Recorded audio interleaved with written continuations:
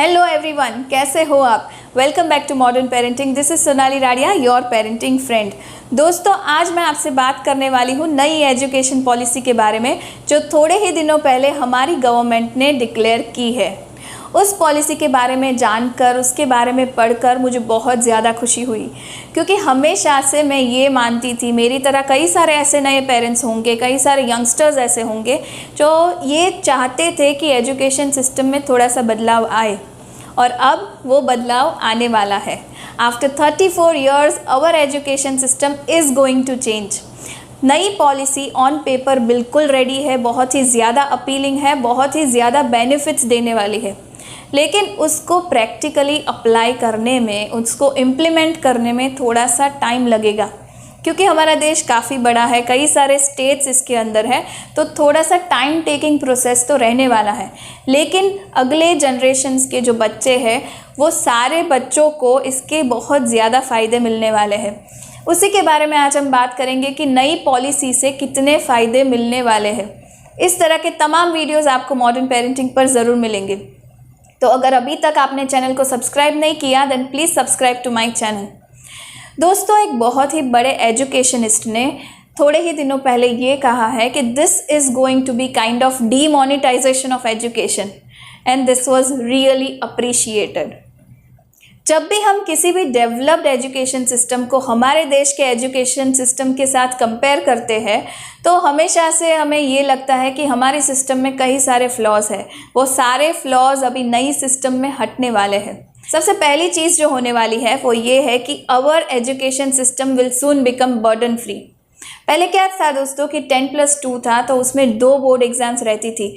उस 2 board exams के लिए बच्चों के ऊपर, पेरेंट्स के ऊपर, टीचर्स के ऊपर बहुत ज़्यादा प्रेशर होता था, क्योंकि उसी के मार्क्स के ऊपर बच्चों को आगे एडमिशन्स मिलता था। लेकिन अब वो सिस्टम बदल जाएगी। देयर विल बी 5+3+3+4, यानी कि बच्चे जो है वो 3 साल से ही पढ़ना शुरू कर देंगे, लेकिन everything will be more focused on activities rather than marks.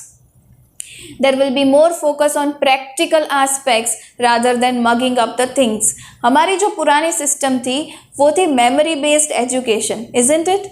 लेकिन जो नई सिस्टम है वो ज़्यादातर एक्टिविटी, ज़्यादा रिसर्च के ऊपर बेस्ड होगी, और बोर्ड एग्ज़ाम्स तो निकल गए हैं, तो सारे जो सेमेस्टर्स है उसमें कुछ ना कुछ बच्चे सीखेंगे, सिलेबस जो है वो थोड़ा सा कम हो जाएगा, और बच्चे एजुकेशन को एंजॉय करेंगे, और यही तो एक बहुत बड़ी बात होगी। दूसरा जो फ़ायदा मिलने वाला है वो ये है कि every work will be respected. Vocational training will be done right in the school.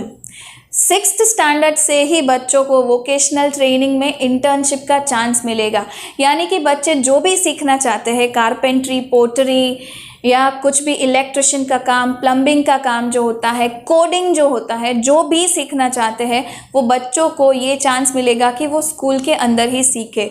उसके लिए कई सारे वर्कशॉप्स अरेंज किए जाएंगे, तो they will get chance to explore variety of fields, and every work will be respected as it is respected in other countries. तीसरा जो फ़ायदा है वो है चूजिंग द सब्जेक्ट्स। पहले क्या था कि after 10th we had to select a stream. हमें साइंस, कॉमर्स या आर्ट्स में से कुछ भी सिलेक्ट करके उसी के सब्जेक्ट्स पढ़ने का चांस मिलता था। लेकिन अभी की नई सिस्टम में क्या होगा कि बच्चों को सारे सब्जेक्ट्स, जो भी सब्जेक्ट्स उनको पढ़ना है, वो सारे सब्जेक्ट्स वो पढ़ सकते हैं, एक्सप्लोर कर सकते हैं। उसके बाद वो डिसाइड कर सकते हैं कि उनको कौन सी फील्ड में आगे जाना है। ये बहुत ही बड़ा पॉइंट है, क्योंकि यहाँ से ही प्रॉब्लम शुरू होती है कि अगर हम कोई भी एक स्ट्रीम पकड़ लेते हैं तो हमें उसी के अंदर आगे बढ़ना पड़ता है, इंटरेस्ट है या नहीं। लेकिन इस नई पॉलिसी में हमें चांस मिलेगा, बच्चों को चांस मिलेगा कि उनका इंटरेस्ट क्या है, उसे फाइंड करने में बहुत ज़्यादा हेल्प रहेगा। चौथा जो पॉइंट है वो है गेटिंग डिग्रीज। पहले क्या होता था कि कंपलसरी 3 साल 4 साल के लिए 12th के बाद पढ़ना पड़ता था, उसी के बाद ही हमें डिग्री सर्टिफिकेट मिलता था। लेकिन अब से ये नहीं होगा। अगर किसी को बाद में पढ़ाई नहीं करनी है, जॉब करनी है, किसी की फिनेंशियल स्टेटस, स्टेबिलिटी उतनी नहीं है कि वो आगे पढ़ाई कर पाए, तो वो जितने भी साल कंप्लीट करेंगे उस हिसाब से उनको सर्टिफिकेट दिया जाएगा, उस हिसाब से उनकी डिग्री दी जाएगी, और उसके बाद वो जैसे भी काम करना चाहते हैं वो कर सकेंगे. That 1 or 2 year whichever they are studying will actually be valuable.